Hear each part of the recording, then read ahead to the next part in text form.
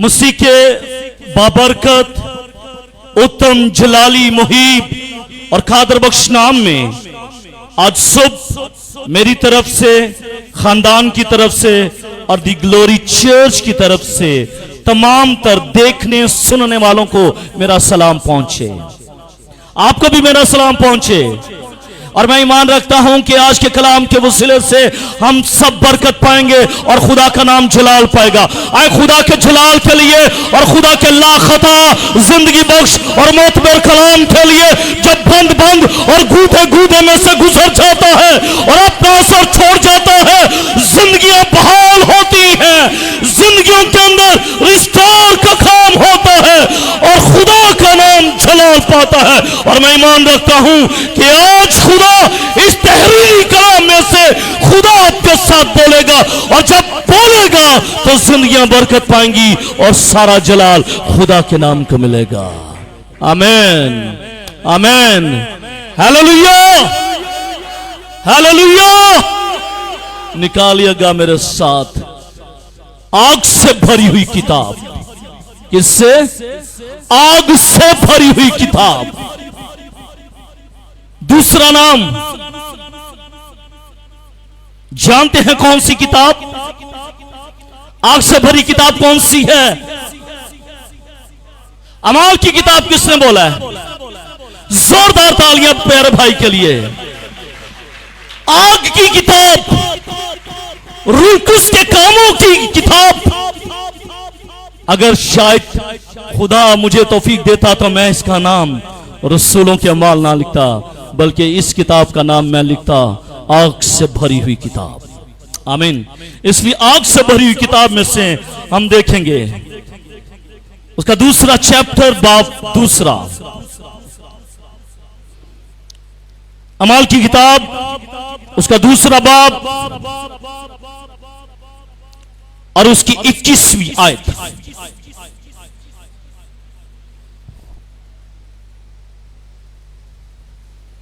अमाल की किताब उसका दूसरा बाप और उसकी 21वीं आयत। सफा नंबर 109 पर यह आयत आपको मिलेगी नए अहदनामे में। आए खुदावंद की आवाज को समात फरमाइएगा। और यूं होगा, और यूं होगा, बोलिएगा मेरे साथ, और यूं होगा। एक तजस्सुस पाया जा रहा है, एक भेद पाया जा रहा है, एक सीक्रेट पाया जा रहा है। और वो सीक्रेट्स क्या है? वो सीक्रेट है और यूं होगा कि जो कोई खुदावन का नाम लेगा, और जो कोई व्हाटएवर, जो कोई खुदावन का नाम लेगा। ऐ नौजवानों बोलिएगा, और जो कोई खुदावन का नाम लेगा। आगे क्या कहता है? नजात पाएगा, नजात पाएगा। और जो कोई खुदावन का नाम लेगा नजात पा जाएगा, उसकी जिंदगी बहाल हो जाएगी, रेस्टोरेशन का काम होगा।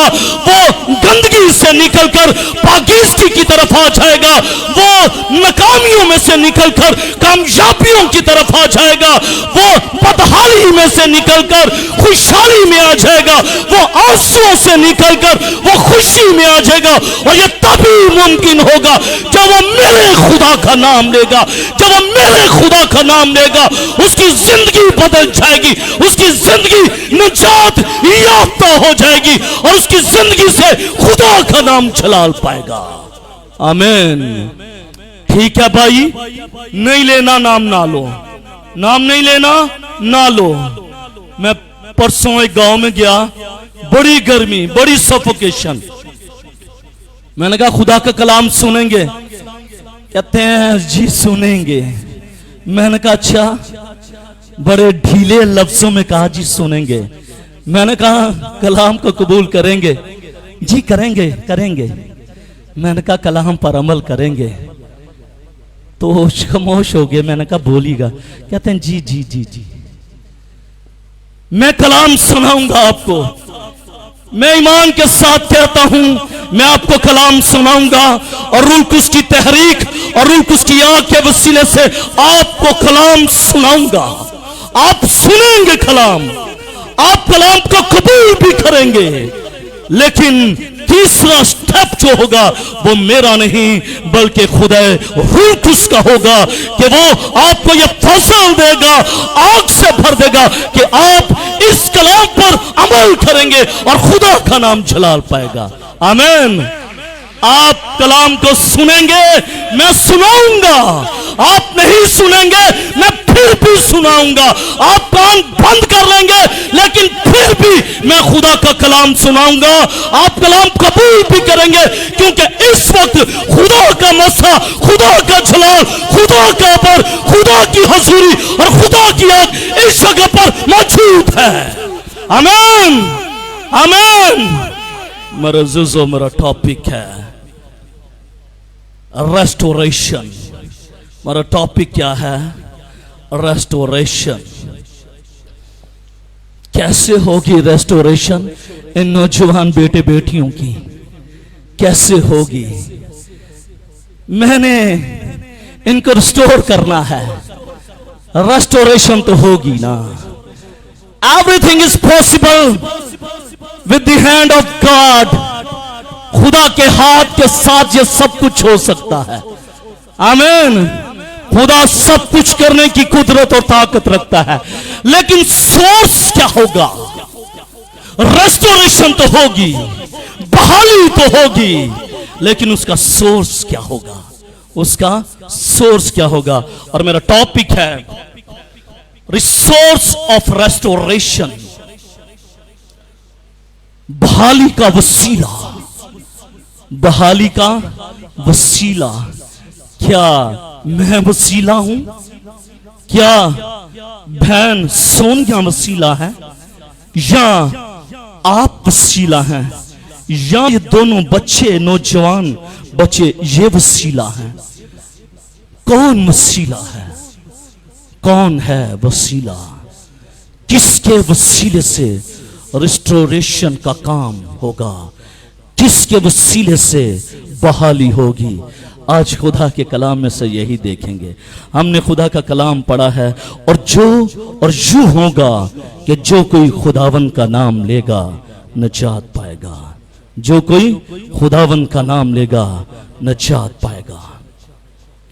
मेरे सिसो, अमाल की किताब उसका दूसरा बाब और उसकी 16वीं आयत से लेकर 21वीं आयत में पतरस रसूल के पहले वाज का तारफी बयान हमें मिलता है। दूसरे बाब की 16वीं आयत से लेकर 21वीं आयत के अंदर पौलुस रसूल का तारफी बयान है। जो पहला वाज, जो पहला सरमन उसने किया, उसका तारफी बयान हमें मिलता है।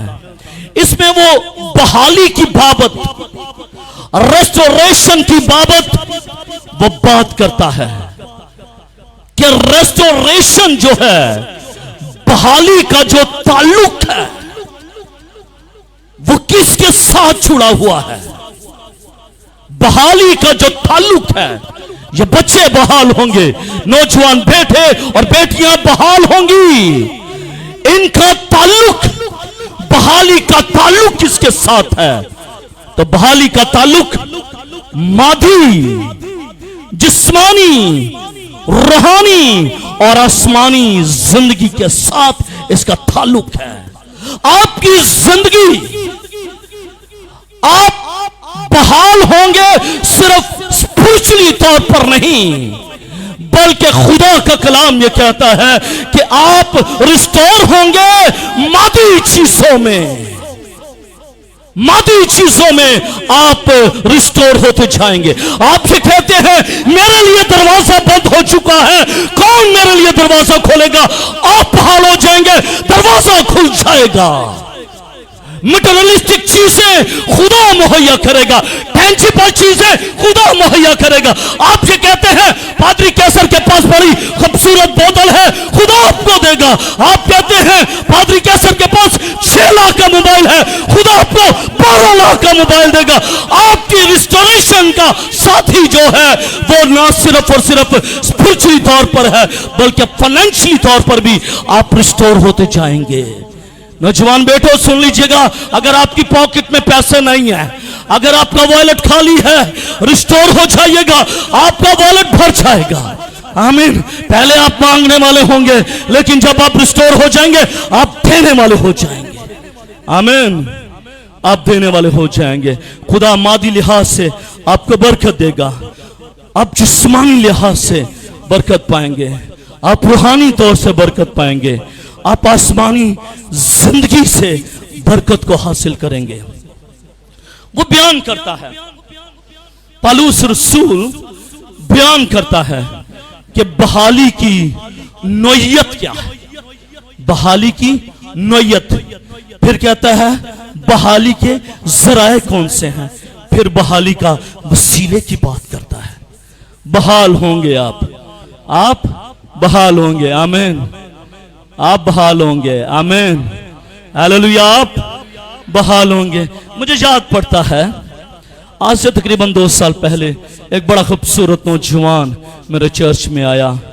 मैं से निकाह रजिस्टर करवाने के लिए, उसका बाप उसके साथ था, तो मैंने उनको देखा, बिठाया, तो वो शख्स अपनी बेटी का निकाह रजिस्टर करवाने के लिए आया। तो मैं निकाह रजिस्टर कर रहा था, तो मैंने उससे नौजवान से पूछा, बेटा आप क्या करते हो? कहता है मैं फाइनल ईयर में पढ़ता हूँ, BS ऑनर कर रहा हूँ। तो मैंने उसके चेहरे को खूबसूरत देखा जो बड़ा खूबसूरत था, तो मैंने कहा आपको मालूम है आप कितने खूबसूरत हैं? तो मुस्कुराया, कहता जी मुझे मालूम है मैं बड़ा खूबसूरत हूँ। मैंने कहा कन्फर्म्ड? कहता जी मुझे मालूम है मैं बड़ा खूबसूरत हूँ, माजरत के साथ। लेकिन मैंने उसके बाप को कहा मैं बड़ी माजरत के साथ हाथ जोड़कर माफ़ी मांगता हूँ, एक बात कहना चाहता हूँ। कहते जी भाई साहब आप क्या हैं? तो मैंने उस नौजवान को कहा बेशक आप बहुत खूबसूरत हैं, लेकिन आपको मालूम है कि आपका चेहरा इस वक्त क्या बोल रहा है। मैंने एक लफ्ज़ बोला और वो जब लफ्ज़ उसने सुना तो वो परेशान हो गया। बाप ने सर झुका लिया। तो बाप ने कहा पादी साहब आपने बहुत अच्छा कहा, हमारी तो ये मानता नहीं है, अच्छा है कि आपसे ये सीख कर जाए। मैंने कहा आप बड़े बड़े पोस्टर्स देखते हो, तो उन पोस्टर्स के अंदर आप देखते हो कि बड़ी खूबसूरत मुस्ताश, बड़ी खूबसूरत बर्ड वो उस शख्स ने रखी होती है और अपनी पैंट भी यहाँ तक रखी होती है, बड़ा खूबसूरत नौजवान लगता है। तो आप उस तस्वीर को देखकर वो फैशन करते हैं। मैंने कहा जो फैशन आपने किया है, लेकिन आपको मालूम है कि ये फैशन नहीं है बल्कि ये प्रमोशन है मजहब की, ये प्रमोशन है मजहब की, और वो मजहब की प्रमोशन कर रहे हैं और हमारे नौजवान बेटे उनकी प्रमोशन में शामिल हो रहे हैं। इसलिए इस बात को ध्यान से सुन लीजिएगा। बड़ी खूबसूरत बर्ड आप रखते हैं, ये रखते हैं, ये फैशन नहीं है, बल्कि आप किसी के मजहब को प्रमोट कर रहे हैं। आप किसी के मजहब को प्रमोट कर रहे हैं।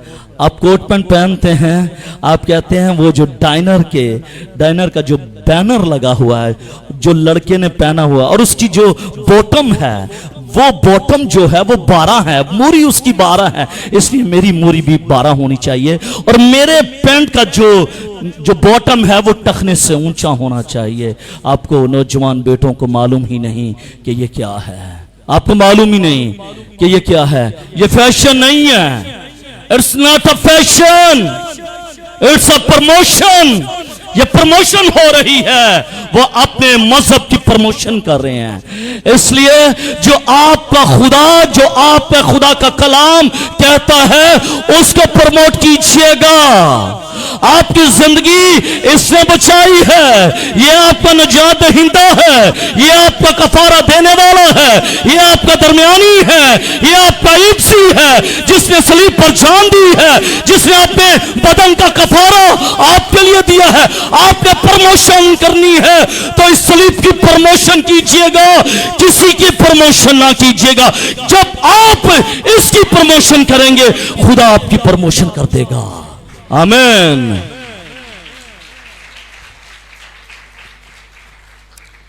वो बयान करता है कि बहाली की नौयत, वो बयान करता है कि बहाली के जराए, वो बयान करता है कि बहाली का वसीला। मेरे अज़ीज़ों, नौयत की बात करें तो जो बहाली की नौयत है उसके अंदर क्या है? जाती और वो शख्सी होगी। बहाली की जो नौयत है वो जाती और शख्सी होगी। जब आप खुद प्यास को बुझा लेंगे फिर आप किसी की प्यास बुझाने वाले होंगे। ऐसा ही है, जब आपके पास खुद पानी नहीं है, जब आपके पास खुद पानी नहीं है, जब आपकी खुद प्यास बुझ नहीं रही, आप दूसरे की प्यास कैसे बुझा सकते हैं? कि बुझा सकते हैं? आपका पेट अभी खुद खाली है, दूसरे को क्या खाना खिलाएंगे? नहीं खाना खिला सकते। इसलिए बहाली की जो नौयत है वो जाती है, शख्सी है। और वो ये बयान करता है कि बहाली के जराए कौन से हैं, बहाली का जरिया कौन सा है। आप बहाल होंगे, आप बहाल होंगे। क्या आमीन? बोलिएगा आमीन। आप बहाल होंगे और बहाली का जो जरिया होगा वो क्या होगा? बहाली का जरिया खुदा का कलाम है और बहाली का जरिया खुदा रूह कुद्स है। आप बहाल होंगे खुदा के कलाम के वसीले से, आप बहाल होंगे रूह कुद्स के वसीले से बहाल हो जाएंगे। यही है बहाली के जराए। और फिर ईमानदार मसीह बहाली का वसीला होंगे। फिर आप वसीला होंगे, आप वसीला होंगे। आपके बगैर इनकी बहाली नामुमकिन है। मेरे अज़ीज़ों, ज़राए खुदा का कलाम है और रूह कुद्स है। ज़राए खुदा का कलाम है और रूह कुद्स है, लेकिन वसीला क्या है? वसीला मसीह ईमानदार लोग हैं। आमीन। पहली बात करना चाहता हूं, बहाली की नौयत, जाती और शख्सी बहाली का भेद। जाती और शख्सी बहाली का भेद। आप जाती तौर पर, शख्सी तौर पर आप के अंदर जो बहाली का जरिया होगा वो क्या होगा, कैसे होगा? पिछले दिनों से मैं ये बातें सुन रहा हूं। पादरी साहब, मेरे से दुआ नहीं होती। पादरी साहब, मैं दुआ करने बैठता हूं, मैं दुआ करने बैठती हूं, मुझसे दुआ नहीं होती, मुझसे प्रस्तुश नहीं होती, मुझसे खुदा का कलाम नहीं पढ़ा जाता। मैं क्या करूं? मुझे क्या करना चाहिए? तो आज आपके सारी बातों के सवाल, आपके सवालों का जवाब बाइबल मुकद्दस में से। मेरे अज़ीज़ों, जाती और शख्सी बहाली का भेद, पर्सनल जो सीक्रेट है रेस्टोरेशन का, वो सीक्रेट क्या है? वो सीक्रेट है, पतरस यहां पर इस चैप्टर के अंदर योएल की किताब उसके दूसरे बाब और उसकी 28वीं आयत से लेकर 32वीं आयत की पेश गोई का बयान करता है। वास तो कर रहा है, लेकिन वास के अंदर वो पेश गोई करता है। ये रूह कुद्स की नज़ूल की पेश गोई है जो योएल ने 9वीं सदी खाफमीम में ये पेश गोई की थी। उसने 2 दिन पहले नहीं, 4 दिन पहले नहीं, बल्कि योएल ने नामी सदी काट नीम में जब योएल खत्म हो गया, हो सकता है कि उसकी हड्डियां भी खत्म हो गई हो, उसका जस्ते खाकी भी खत्म हो गया हो, लेकिन जो योएल ने नबूवत की है, उसने योएल की नबूवत को अपने सरमन का हिस्सा बना लिया। इसमें नबी बताता है कि खुदा के रूह कुद्स के नुज़ूल के वसीले से ईमानदारों की बेटियां और बेटे क्या करेंगे? नबूवत करेंगे। नामी सदी की बात हो रही है, लेकिन पलूस रसूल जो है अपने वाज में ये कहता है, और ये कहता है कि ईमानदार लोगों की बेटियां और बेटे क्या करेंगे? नबूवत करेंगे। वो नबूवत करेंगे, और जवान जो हैं वो रोया देखेंगे, और बुढ़े ख्वाब देखेंगे। रूह कुद्स के वसीले एक अजीब तब्दीली रूनुमा होगी। वो जब वाज बयान कर रहा है, वो जब अपनी प्रीचिंग को कर रहा है, तो सुनने वाले ईमानदार लोग नहीं थे। सुनने वाले ईमानदार लोग नहीं थे, बल्कि गैर ईमानदार लोग थे, जिन्होंने मसीह को कबूल नहीं किया था भी, लेकिन वो पतरस के वाज को वो सुन रहे थे। वो पतरस के वाज को सुन रहे थे। उन्होंने क्या किया? वो सुन रहे थे, जिस तरह आज आप सुन रहे हैं। उन्होंने सुना, और जब सुना, खुदा का कलाम ये कहता है कि रूह कुद्स के वसीले से एक अजीब तब्दीली रूनुमा हुई। किसके वसीले से? रूह कुद्स के वसीले से। वो प्रीचिंग कर रहा है, प्रीच कर रहा है, पतरस प्रीच कर रहा है, लेकिन एक तब्दीली रूनुमा हुई है। और वो तब्दीली किसके वसीले से? वो तब्दीली रूह कुद्स के वसीले से वो तब्दीली रूनुमा हुई है। और आज भी शख्सी और साथी रेस्टोरेशन हो सकती है जब रूह कुद्स काम करता है। खुदा का बंदा तो प्रीच करता है, लेकिन जब रूह कुद्स काम करता है तो रेस्टोरेशन का काम होता है। आज कलाम तो बयान हो रहा है, आज कलाम की बातें तो बयान हो रही हैं, लेकिन रिस्टोर जो करेगा रूह कुद्स का काम है, वो तब्दीली आपकी जिंदगी में लेकर आएगा। आमीन। तब्दीली लेकर आएगा। और लूका तबीब की मार्फत लिखा गया अंजीली बयान उसके 24वें बाब और उसकी 49वीं आयत में लिखा हुआ है कि जब तक आलम बाला से तुमको कुव्वत का लिबास ना मिले, इस शहर में ठहरे रहो। जब तक रूह कुद्स तुम पर नाजिल ना होगा, तुम उस वक्त तक कुव्वत नहीं पा सकते। जब रूह कुद्स तुम पर नाजिल होगा, तुम कुव्वत पाओगे। इसलिए आज शख्सी बहाली का जो ताल्लुक है, आपने अपने लिए रूह कुद्स की हजूरी को मांगना है, रूह कुद्स की ममूरी को मांगना है, क्योंकि जब रूह कुद्स नाजिल होता है, बंधन टूटते हैं, जुए टूटते हैं, रस्सियां खुलती हैं, लोग आजाद होते हैं, और गुनहगार मसीह के पास आ जाते हैं। और ये सभी कुछ रूह कुद्स करता है। रूह कुद्स के वसीले से मुमकिन है। अगर आप चाहते हैं रिस्टोर होना, तो आपने अपने होंठों को खोलने की जरूरत है, क्योंकि जब तक आपके होंठ नहीं खुलेंगे आप रिस्टोर नहीं होंगे। रिस्टोर होने के लिए अपने होंठों को खोलना जरूरी है। आमीन। मैंने पिछली दफा भी ये बात बताई कि अगर कोई शख्स बुत बन के बैठ जाता है तो बुतों को खुदा नहीं छूता। उसे मालूम है कि ये तो बुत है। इसलिए अगर आप इंसान हैं तो इंसान होने के लिए नाते से आपको अपने होंठों को खोलना पड़ेगा। आपको होंठों को खोलना पड़ेगा।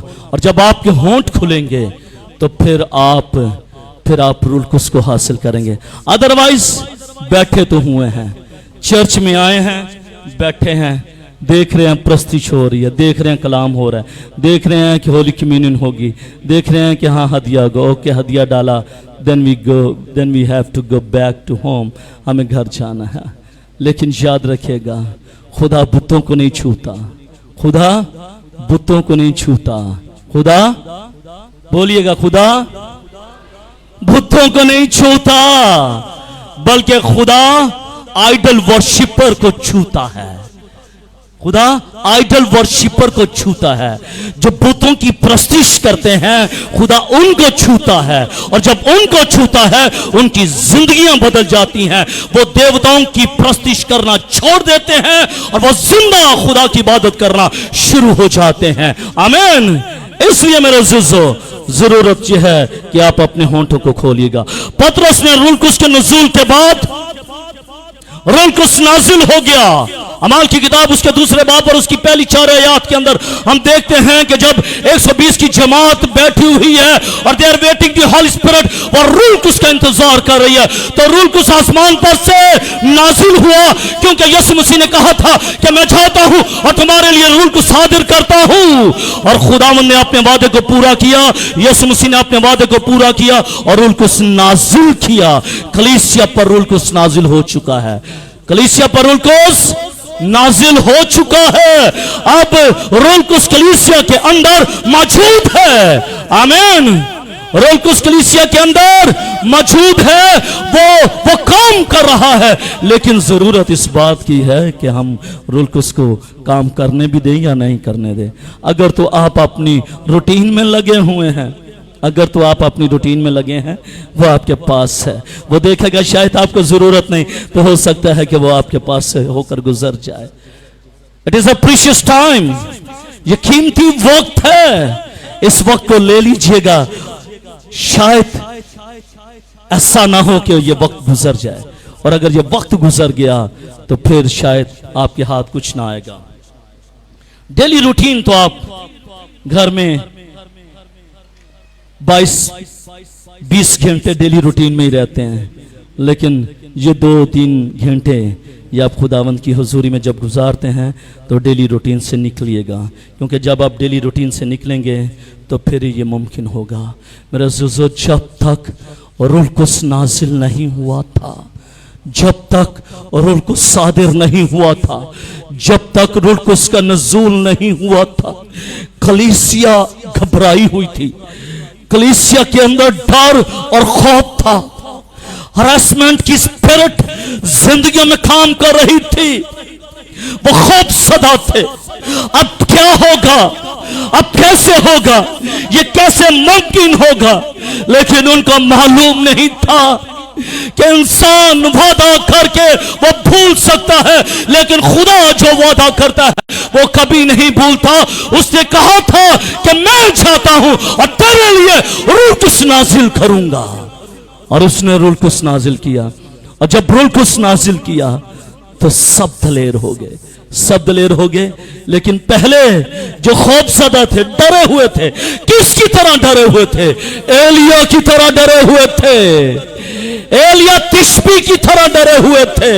जिस तरह एलिया तिशबी वो डर रहा है इस बल से, क्योंकि उसने कहा था कि मैं तेरा यही हाल करूंगी।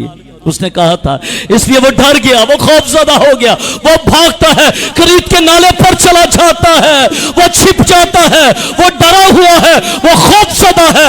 हाँ, वो खौफज़दा है। यहां पर भी हम देखते हैं कि कलीसिया अबाए कलीसिया खौफज़दा है। लेकिन जब रूह कुस नाजिल हुआ तो पतरस दलेरी के साथ वाज करता है, और ना सिर्फ पतरस दलेर हो जाता है बल्कि कलीसिया भी दलेर हो जाती है। कलीसिया भी दलेर हो जाती है। अब डर और खौफ उनकी जिंदगी में नहीं रहता। आमीन। अब उनकी जिंदगी के अंदर डर और खौफ नहीं रहता। पौलुस ने शागिर्दों पर यह वाज़ेह किया कि खुदा का रूह जो है वो बहाली का वसीला है। पौलुस ने भी यह कहा था कि जो बहाली का जरिया है वो कौन है? वो रूह कुस है। रूह कुस के वसीले से आप बहाल होंगे, रूह कुस के वसीले से आप रिस्टोर होंगे। आमीन। रूह कुस ही वो वसीला है, रूह कुस ही वो जरिया है जिसके वसीले से एक शख्स वो बहाल होता है। मेरे अज़ीज़ों, इससे जाहिर है कि पाक रूह जो है, जो रूह कुस है, वो बहाली का सरचश्मा है, बहाली का सरचश्मा है। अगर आज नौजवान गल रहे हैं, अगर आज नौजवान सुकड़ रहे हैं, आज अगर नौजवानों की हालत वो नहीं रही, अगर वो बदहाली में जिंदगी गुजार रहे हैं, अगर वो गुनाह में जिंदगी को गुजार रहे हैं, तो मेरे अजीज बेटे और बेटियों, इस बात को सोच लीजिएगा, इस बात को समझ लीजिएगा, इस बात को अपनी जिंदगी में ले लीजिएगा कि आपकी बहाली का जो वसीला है, आपकी रेस्टोरेशन का जो वसीला है, वो सिर्फ और सिर्फ खुदाए रूह कुद्स है, और उसी के वसीले से आप रिस्टोर हो सकते हैं। आमीन। उसी के वसीले से आप रिस्टोर हो सकते हैं। आप देखिएगा पतरस अकेला है, पतरस अकेला वास कर रहा है, और सामने कौन लोग हैं? सामने वही हैं जो एक वक्त में कहते हैं इसे क्या करो, इसे सलीब दो। आज वही लोग पतरस के सामने खड़े हैं। आज देखते हैं क्या होता है। लेकिन जब पतरस उसकी कुदरत और आग के साथ भरा हुआ पेश करता है, तो खुदा का कलाम ये कहता है कि रूह कुछ कसरत के साथ उनकी जिंदगियों पर ठहरा, और 3000 लोग बदल गए और कलीसिया में शामिल हो गए। आमीन। कितने लोग? 3000 लोग। कितने लोग? 3000 लोग। Hallelujah, hallelujah. राहुल, हमारे मोहल्ले में कितने नौजवान बेटे हैं, बता सकते हो? कितने नौजवान बेटे हैं? अंदाजन बता दो। जो 15 साल से 25 साल की उम्र में है, वो नौजवान है। कितने होंगे? अंदाजा बता दो कोई, कितने होंगे? बोलो। मुझे तो घरों की तादाद भी पता है। 100 होंगे, 100 नौजवान। क्योंकि मुझे याद पड़ता है कि एक दफा आपको भी मालूम है कि इस्लाम कॉलोनी के नौजवानों की लड़ाई हो गई, और वो कुछ पठान आ गए। मैंने भाई सूने का हाथ पकड़ा हुआ था, वो अब इस दुनिया में नहीं रहे। मैंने पकड़ा हुआ था, नौजवान पीछे थे। तो यहां पर दुकान थी, तो हम यहां पर थे, लड़के सारे पीछे थे। तो इनको रोक रहे थे कि आप ना पीछे चले जाएं, छोड़ दें। तो वो बड़ी अब्यूज कर रहे थे, याद है ना? बड़ा अब्यूज कर रहे थे। तो जब उन्होंने एक खास अब्यूज किया, तो सुने भाई ने मेरा हाथ ऐसे किया, उन्होंने पैसा पीछे हो गया, वो है होना नहीं इन्होंने छड़ना। मैं उनको पकड़ता रहा, लेकिन सुने भाई ने कहा पकड़ लो इनको। इतना मारा कि हद नहीं। और बाद में उन्होंने आकर खुद माफी भी मांगी थी। ऐसा ही है, इस्लाम कॉलोनी के नौजवान बेटों से माफी भी मांगी थी। मुझे याद है जब मैंने मुड़ कर देखा था, तो एटलीस्ट 100-200 लोग थे, नौजवान बेटे थे। ऐसे ही कोई 200 नौजवान है, ऐसे ही है ना? सिर्फ 200 है, काश 3000 नहीं है। 3000 नहीं, सिर्फ 200 नौजवान हैं। जिन 200 नौजवानों की रूहों को आपने बचाना है। आपके कंधों पर उनका बोझ है, आपने झपट कर उनको पुलिस के हाथों से छुड़ाना है और मसीह की बादशाही में शामिल करना है। हालेलुया, आपने शामिल करना है। सिर्फ 200 नौजवानों को, ज्यादा तादाद नहीं है। यहां पर देख रहे हैं पतरस ने वास किया था, 3000 लोग बदल गए। आपकी गवाही के वसीले से ये 200 नौजवान क्यों नहीं बदलेंगे? ये बदलेंगे, ढेर होंगे, घुटनों के बल होंगे, आंसू बहाएंगे, रोएंगे और खुदा से कहेंगे, ऐ मेरे खुदा, मेरे गुनाह माफ कर दे। क्योंकि अगर ये गुनहगार निजात ना पाए, तो ये आग आज तो इनके घर लगी हुई है, कल यही आग हमारे बच्चों को भी खा जाएगी। आज तो हमारे बच्चे छोटे हैं, आज इस्राइल छोटा है, आपके बच्चे छोटे हैं। अगर ये आग ना बुझने पाई, तो ये आग हमारे बच्चों को खा जाएगी, चट कर जाएगी। इसलिए हमने अपने बच्चों को सेव करना है। क्यों? क्योंकि ये आग जो है, ये आग बहुत तेज है। हमने इस आग में से ना सिर्फ इनको भी बचाना है, बल्कि अपनी आने वाली आल और नस्लों को भी बचाना है। आमीन। ना सिर्फ इनको बचाना है, बल्कि ये जो आग लगी हुई है, इस आग में से हमने अपनी आल और अपनी नस्लों को भी बचाना है। और सिर्फ आपकी जो ताकत बनेगा वो सिर्फ रूह कुद्स बनेगा। जब आप रूह कुद्स के दरिया में डूबकर इनके पास जाएंगे और जब आप बोलेंगे तो आप पतरस की आवाज को याद रखिएगा कि पतरस ने तो पहले वास में 3000 लोगों को बचा लिया है, मैंने तो सिर्फ मेरा टारगेट 200 लोगों का है। आमीन। और मैं मान रखता हूं कि आफ्टर 6 मंथ मैं आकाश से पूछूंगा और आकाश मुझे एक ह्यूज नंबर देगा, पादी साहब, that personality has been saved in the name of Jesus Christ. आमीन। ये सेव हो चुकी है, ये है वो लिस्ट। और आज मैंने इनको जो लिस्ट दी है आकाश को और उसकी अहलिया को, वो अभी ब्लैंक है, जिस पर सिर्फ द ग्लोरी चर्च यूथ लिखा है, सीरियल नंबर लिखा है, ऊपर नेम लिखा है, ऑक्यूपेशन लिखा है, साथ में उसका साल नंबर लिखा है, खाली है वो। आज इबादत के बाद आपसे वो मिलेंगे, बेटी बेटियों से मिलेगी, बेटा बेटों से मिलेगा, आपका नाम लिखेगा, आपका ऑक्यूपेशन लिखेगा, आपका सेल नंबर लिखेगा।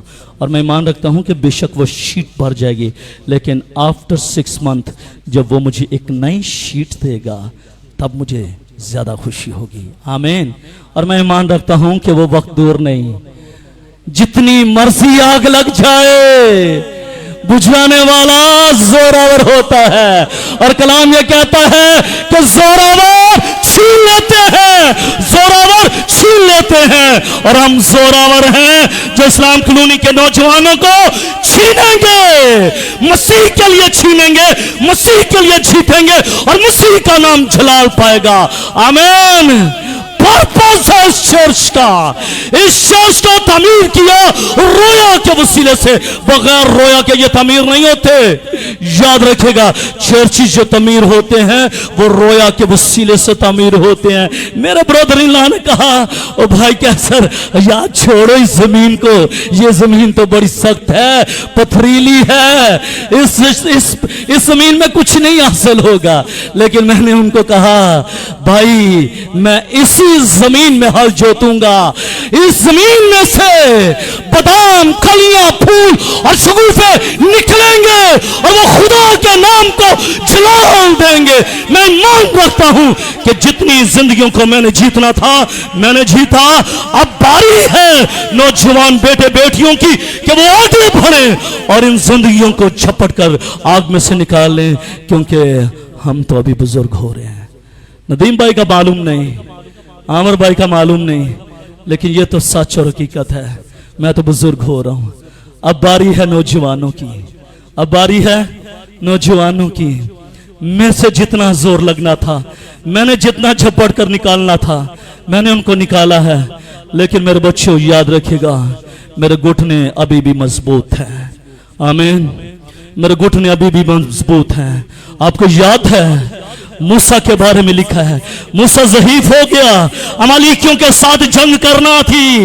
एक तरफ कौन था? एक तरफ अमालेकी थे, दूसरी तरफ यहूदी लोग थे। अब मूसा तो ज़ईफ है, मूसा तो हाथ उठा नहीं सकता। लेकिन खुदा का कलाम क्या कहता है?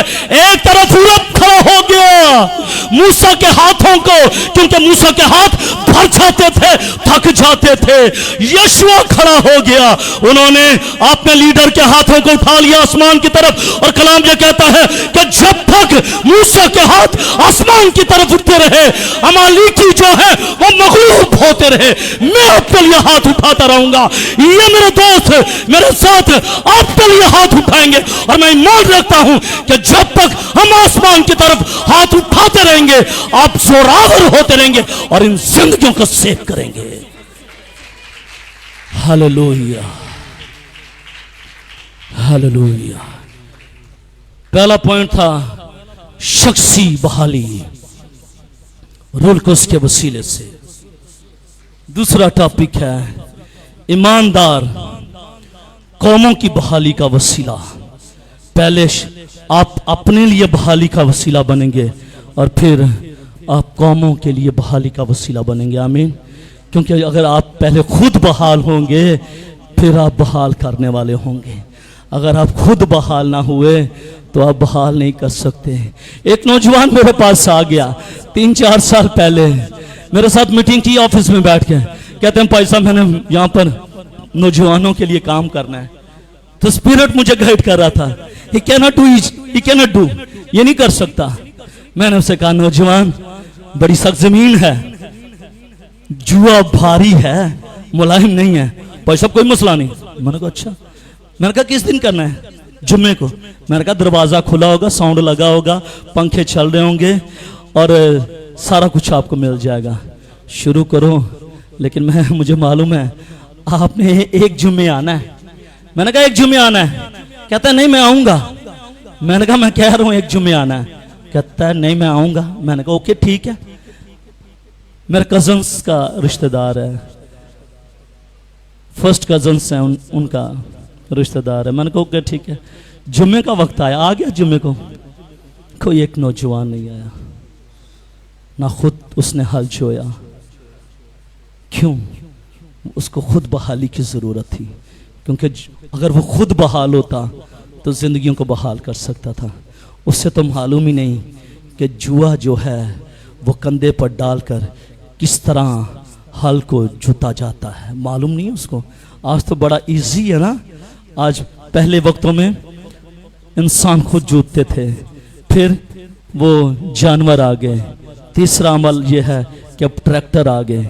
लेकिन उनसे पूछिएगा जो खुद अपने कंधों पर रखकर जुए को जूतते थे है।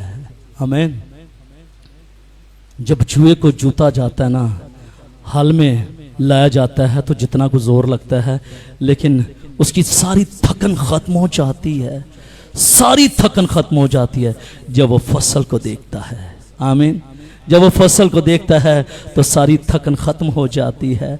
आज ये जुआ तो आपको भारी लग रहा होगा, आज तो ये जुआ बहुत ही सख्त है, लेकिन जब आप फसल को देखेंगे आपकी थकन नहीं रहेगी। आमीन। आपकी थकन नहीं रहेगी, आपको मालूम भी नहीं पड़ेगा कि आपने कोई जुआ जूता है। आमीन। ईमानदार शख्स जो है वो सिर्फ और सिर्फ अपने लिए नहीं बल्कि कौमों की बहाली का वसीला भी है। पतरस के पहले वास के नतीजे में 3000 ईमानदार लोग वो निजात पा गए, मसीह को कबूल कर लिया। अमाल की किताब उसके 2 बाब और उसकी 41वीं आयत में कि पतरस के पहले वास के वसीले से 3000 थके मांदे, बोझ से दबे हुए मसीह पर ईमान ले आए। यानी कि जो थके मांदे थे, जो बोझ के नीचे दबे हुए थे, जब उन्होंने कलाम सुना तो कलाम क्या कहता है? वो मसीह पर ईमान ले आए, वो मसीह पर ईमान ले आए। आज भी बहुत सारी जिंदगियां बोझ के तले हैं, गुनाह के तले हैं। एक भारी बोझ उनकी जिंदगियों पर मंडला रहा है, बल्कि ठहरा हुआ है।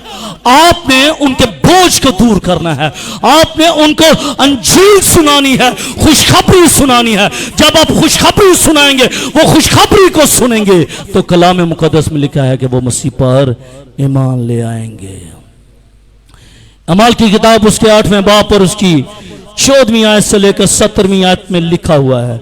इससे पता चलता है कि पतरस और यूहन्ना सामरियों के दरमियान, दो लोग, पतरस भी और यूहन्ना भी सामरियों के दरमियान रहे और उन्होंने रुलकुस पा लिया, और उन्होंने रुलकुस पा लिया और उसके वसीले से वो भी बहाल हो गए।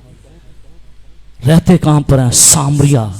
सामरिया के अंदर रह रहे हैं, सामरिया के लोगों के अंदर रह रहे हैं, जहां पर लोग खुदा से दूर हैं, लेकिन इसके बावजूद भी रुलकुस जो है वो तमाम तर सरहदों को तोड़ता है, वो आगे बढ़ता है और निजात का तजुर्बा देता है।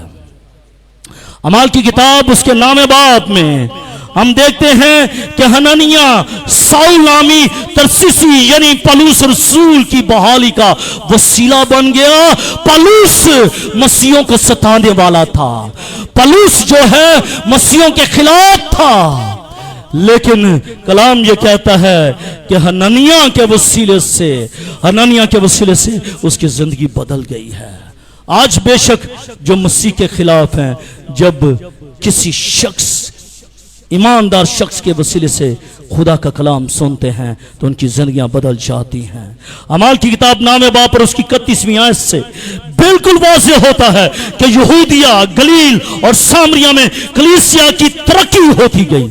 हाँ, होती है, और वो खुदा के खौफ और रूह कुद्स की तसल्ली में चलती और वो बढ़ती गई है। रूह कुद्स के वसीले से आज कलीसिया बढ़ती है, आज कलीसिया तरक्की करती है, तादाद में बढ़ती है, स्पिरिचुअली तौर पर बढ़ती है, फाइनेंशियली तौर पर बढ़ती है। हाँ, कलीसिया बढ़ती है जब कलीसिया पर रूह कुद्स नाजिल होता है। आमीन। जब कलीसिया पर रूह कुद्स नाजिल होता है। आमीन। जब कलीसिया पर रूह कुद्स नाजिल होता है, फिर वो प्रॉस्पर होते हैं, पिछले संडे में यहां पर बैठा हुआ था, नदीम भाई ने अनाउंसमेंट कर दिया कि हमारा डिस्पेंसर खराब हो गया, डिस्पेंसर नया लेना है, तो आप प्लीज अपने अदियाजात मुझे दीजिएगा ताकि हम डिस्पेंसर ले सकें। तो उन्होंने अनाउंसमेंट की, मैं दुआ कर रहा था, खुदा ने मुझसे कलाम किया, एक ही खानदान मुहैया कर देगा। आमीन। एक ही खानदान ने मुहैया कर दिया है। आमीन। एक ही। इसका मतलब यह है कि कलीसिया, जिन कलीसियाओं के ऊपर रूह कुद्स नाजिल होता है, वो प्रॉस्पर होती हैं। वो भीख मांगने वाली नहीं बल्कि भीख देने वाली होती हैं। आमीन। वो लेने वाले हाथ नहीं बल्कि देने वाले हाथ होते हैं। आमीन। देने वाले होते हैं। जिन जिंदगियों पर, जिन कलीसियाओं पर रूह कुद्स नाजिल होता है। आमीन। 12वें बाप, अमाल की किताब उसके 12वें बाप इस बात का नमूना है कि कलीसिया की दुआ के वसीले से पतरस जो है वो कैद से रहाई पा गया। कलाम मुकद्दस में लिखा है कि कलीसिया की दुआ के वसीले से पतरस जो है वो कैद से रहाई पा गई। आज इस्लाम कॉलोनी के जो नौजवान बेटे कैदी हैं, कैद में हैं, बेशक वो फिजिकली कैद है या फिर वो स्पिरिचुअली कैद है, किसी तरह की भी कैद है, किसने आजाद करवाना है? कलीसिया। बदुलो जान जब दुआ करती है तो फिर लोग आजाद होते हैं, लोग आजाद होते हैं। कलीसिया दुआ कर रही है, कलीसिया दुआ कर रही है, और पतरस जो कैद खाने में है, उस कैद खाने की नींव हिल गई है, नींव हिल गई है। आपकी दुआ के वसीले से, आपकी दुआ के वसीले से ये कैदी लोग रहाई पाएंगे, कैदी लोग रहाई पाएंगे। आपकी दुआ के वसीले से ये रहाई पाएंगे। सिर्फ इनका काम नहीं है, ये कलीसिया की दुआओं के वसीले से ये जोर पाएंगे और उनके बंधन टूटेंगे, उनकी कैद खाने के दरवाजे खुलेंगे और वो आजाद होंगे। आप चाहते हैं कि नौजवान नस्ल, जो इस्लाम कॉलोनी की नौजवान नस्ल है, वो जो कैदी हैं वो आजाद हो जाएं, जो कैदी हैं वो आजाद हो जाएं, जो कैदी हैं वो आजाद हो जाएं। तो फिर कैदियों को आजाद करने के लिए आपको अपने घुटनों को मजबूत करना पड़ेगा। आमीन। कौन कौन वादा करता है कि हम इन दोनों नौजवानों के लिए हम दुआ करेंगे, अपने घरों में दुआ करेंगे, अपनी कलीसिया में दुआ करेंगे, हम शख्सी तौर पर दुआ करेंगे, हम खानदानी तौर पर इन बच्चों के लिए दुआ करेंगे ताकि खुदावंद रूह कुद्स की कुदरत से इन दोनों नौजवान बच्चों को भरे और इनकी कैद खानों की नींव को वो हिला दें। आमीन। पहला नुक्ता था जाती और शख्सी बहाली का भेद। दूसरा नुक्ता ईमानदार कौमों के लिए बहाली का वसीला है। आप ईमानदार हैं, आप इन जिंदगियों के लिए बहाली का वसीला बनेंगे। और तीसरी और आखिरी बात, आखिरत में मसीह बहाली का वसीला। आखिरत में एंड टाइम तो आना है ना, कलीसिया का रैप्चर होगा, कलीसिया उठाई जाएगी, बड़े की ज़ियाफत होगी। कौन कौन जाना चाहता है? कौन कौन रैप्चर में शामिल होना चाहता है? कैसा खूबसूरत मंजर होगा। जहाज में कौन कौन बैठा है? जहाज में कौन कौन बैठा है? बस इतने लोग जहाज में बैठे। कैसा मंजर होता है मूसा, जब आप कहते हैं, जब टिकट ओके करवाते हैं तो आप ये कहते हैं भाई मुझे विंडो की तरफ जगह दीजिएगा, ऐसा ही है। तो जब जहाज परवान चढ़ता है तो जब आप नीचे देखते हैं कैसा खूबसूरत मंजर होता है। फिर और ज्यादा परवाज जाती है, घर छोटे छोटे लगते हैं, आप बुलंदियों पर जाते हैं, आपको बड़ा अच्छा लगता है। ऐसा ही है, ये तो जहाज का मंजर है, ये जहाज का मंजर बड़ा अच्छा लगता है। लेकिन उस मंजर को याद कीजिएगा, जब रैप्चर होगा ईमानदार लोग आपके साथ हवा में उड़कर जाएंगे। आमीन। कैसा मंजर होगा, वो खूबसूरत मंजर होगा। तो उसमें जाने कौन कौन चाहता है? कौन कौन जाना चाहता है उस मंजर के अंदर? आमीन। क्यों बहन आप नहीं जाना चाहते उस मंजर में? निकल आइएगा परेशानियों से।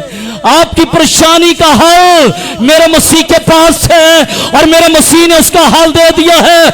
आपके नौजवान बेटे खुदा के पास आएंगे, आपके आंसुओं का जवाब अब खुदा देने वाला है। अब वो वक्त दूर नहीं है कि आपके नौजवान बेटे रात के पैरों में बाहर नहीं बल्कि घर की तालीस के अंदर रहेंगे। आमीन। आपके आंसुओं का जवाब खुदा देने वाला है। मेरे अज़ीज़ो, आखिरत में मसीह जो है वो बहाली का वसीला होगा। अमाल की किताब 2 बाब और उसकी 20वीं आयत, पतरस बड़ी सफाई के साथ अहद अतीक का इक्तबास बयान करता है कि उस वक्त कौन सी तब्दीली वाक़ई होगी, कौन सी तब्दीली वाक़ई होगी। यह हालात खुदावन के रोज़े अजीम दिन के वक्त होंगे, जहां खुदा अपने गजब से आसमान और जमीन को बर्बाद करेगा। आसमान वो नहीं, तीसरे आसमान की बात नहीं, क्योंकि तीसरे आसमान पर तो 4 जानदार, 24 बुजुर्ग, 1,44,000 अशखास वो बर्रे की तारीफ और तमजीद करते हैं। और वो ये कहते हैं कि ज़बा किया हुआ बर्रा तारीफ, तमजीद, हशमत और बुजुर्गी के लायक है। उस आसमान की बात नहीं हो रही, पहले आसमान, दूसरे आसमान की बात हो रही है कि खुदा इनको ख़त्म करेगा, इनको बर्बाद करेगा और वहां पर बहाली भी लाएगा, बर्बाद भी करेगा और बहाली भी लाएगा। याद रखने की जरूरत है कि हमारा यीशु मसीह ही असल बहाली का वसीला है। असल बहाली का वसीला यीशु मसीह है। और मेरे अज़ीज़ों, रोमियो का खत उसके 8वें बाब और उसकी 21वीं आयत में खूबसूरती के साथ खुदा का कलाम बड़ा प्यारा इक्तबास यहां पर रकम करते हैं। पौलुस फरमाता है कि मखलूकात बुतालत और फना के कब्जे में गिर गई है। हमारा खुदावंद रोज़े अजीम और मखलूकात को बुतालत और फना के कब्जे से आजाद करेगा वो आजाद। फिर वो वक्त होगा जब वो आजाद करेगा। फिर वो ये कहेगा, ऐ मेरे बाप के मुबारक लोगो, आओ उस मिरास को ले लो जो बिना आलम से पेशतर तुम्हारे लिए तैयार की हुई है। और मेरे अज़ीज़ो, वहां पर नया आसमान और नई जमीन होगी। वो मौत और आलम रवाह को बर्बाद कर देगा। और मैंने मुकाशवा की किताब के अंदर मैंने इस टॉपिक पर बड़ी खूबसूरती के साथ बयान किया है। मौत और आलम रवाह, हैडिस को मैंने बयान किया। कलाम ये कहता है कि वो मौत और आलम रवाह को बर्बाद कर देगा, करेगा वो मसीह करेगा। वो झूठे नबी को भी वो बर्बाद कर देगा और वो अपने लोगों को उस बड़ी मिरास में शामिल कर देगा जो बिना आलम से पेशतर खुदा ने अपने लोगों के लिए तैयार की हुई है। इससे पहले कि वो वक्त आए, इससे पहले कि मसीह का रोज़े अजीम दिन आए, अपनी जिंदगियों का खुदा के ताबे कर दीजिएगा।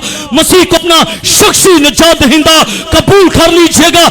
ऐसा ना हो कि जब वो आए तो वो आसमान को भी बर्बाद कर दे, खत्म कर दे, और जमीन को भी बर्बाद कर दे, और जमीन के रहने वालों को भी बर्बाद कर दे। इसलिए इससे पहले, क्योंकि वो वक्त कब आने वाला है किसके को मालूम नहीं है, क्योंकि खुदा का कलाम ये कहता है कि वो दिन चोर की मानद आ जाएगा, मालूम नहीं कि कब आएगा। इसलिए उस वक्त को आने से पहले अपनी अपनी जिंदगियों को मसीह के ताबे कर लीजिएगा, अपनी जिंदगियों को रिस्टोर कर लीजिएगा, ताकि जब वो आए तो वो देखे कि ये मेरा बेटा तो रिस्टोर हुआ है, इसको जरूरत नहीं है, इसको जरूरत है नए आसमान की और नए यरूशलेम की जरूरत है। फिर वो आपको उस नए यरूशलेम में दाखिल कर ले। इसलिए जरूरत इस बात की है कि अपनी अपनी जिंदगियों को रूह कुद्स के ताबे कीजिएगा, क्योंकि जब रूह कुद्स आपकी जिंदगी पर ठहरेगा तो फिर आपकी जिंदगी बदल जाएगी, आप रिस्टोर हो जाएंगे, आप रिस्टोर हो जाएंगे। आप रूह कुद्स को अपने अंदर आने ही नहीं देते, अपने होंठों को बंद किया हुआ है, आप बुत बन गए हैं। आप अपने बुतों को तोड़ दीजिएगा, क्योंकि जब आप अपने बुतों को तोड़ देंगे रूह कुद्स काम करेगा, रूह कुद्स जिंदगियों में काम करेगा। इसलिए आज ना सिर्फ आप अपने लिए बल्कि इस्लाम कॉलोनी के नौजवान बेटे बेटियों के लिए दुआ कीजिएगा कि खुदावन इन नौजवान बेटे बेटियों को छू दे और अपने जलाल के लिए कसरत के साथ इस्तेमाल। पहले आप खुद बहाल होंगे, फिर आप दूसरों को बहाल करने का वसीला बनेंगे। देखिएगा, चेक योरसेल्फ, चेक योरसेल्फ, अपने आप को चेक कीजिएगा, अपने आप को चेक कीजिएगा।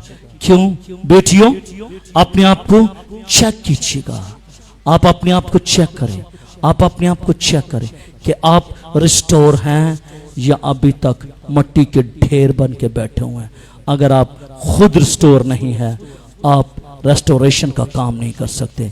इसलिए ज़रूरत इस बात की है आप खुद रिस्टोर हो जाएं, ताकि आप दूसरों को रिस्टोर करने का वसीला बने। आए मेरे शिष्यों, अपनी आंखों को बंद करें, अपने सरों को झुकाएं, और खुदा मुझे और आपको इस कलाम के वसीले से बड़ी बरकत दे। हम सब अपनी आंखों को बंद करें। आसमानी खुदावन, मैं नौजवान बेटे बेटियों के लिए, मैं इन बुजुर्गों के लिए, मैं इन बच्चों के लिए खुदावन दुआ मांगता हूं कि इनकी जिंदगी रिस्टोर हो जाए, इनकी जिंदगी रिस्टोर हो जाए। और रिस्टोरेशन का जो प्रोसेस है, जो सोर्स है, वो रूह कुद्स है। रूह कुद्स इनकी जिंदगियों में कसरत के साथ काम कर, ताकि ये जिंदगियां बदल जाए। और जब ये रिस्टोर हो जाएंगी, ये दूसरों को रिस्टोर करने का वसीला बनेगी। अपने लोगों को छू दे और बड़ी बरकत दे, मसीह हमारे खुदावन के वसीले से, आमीन।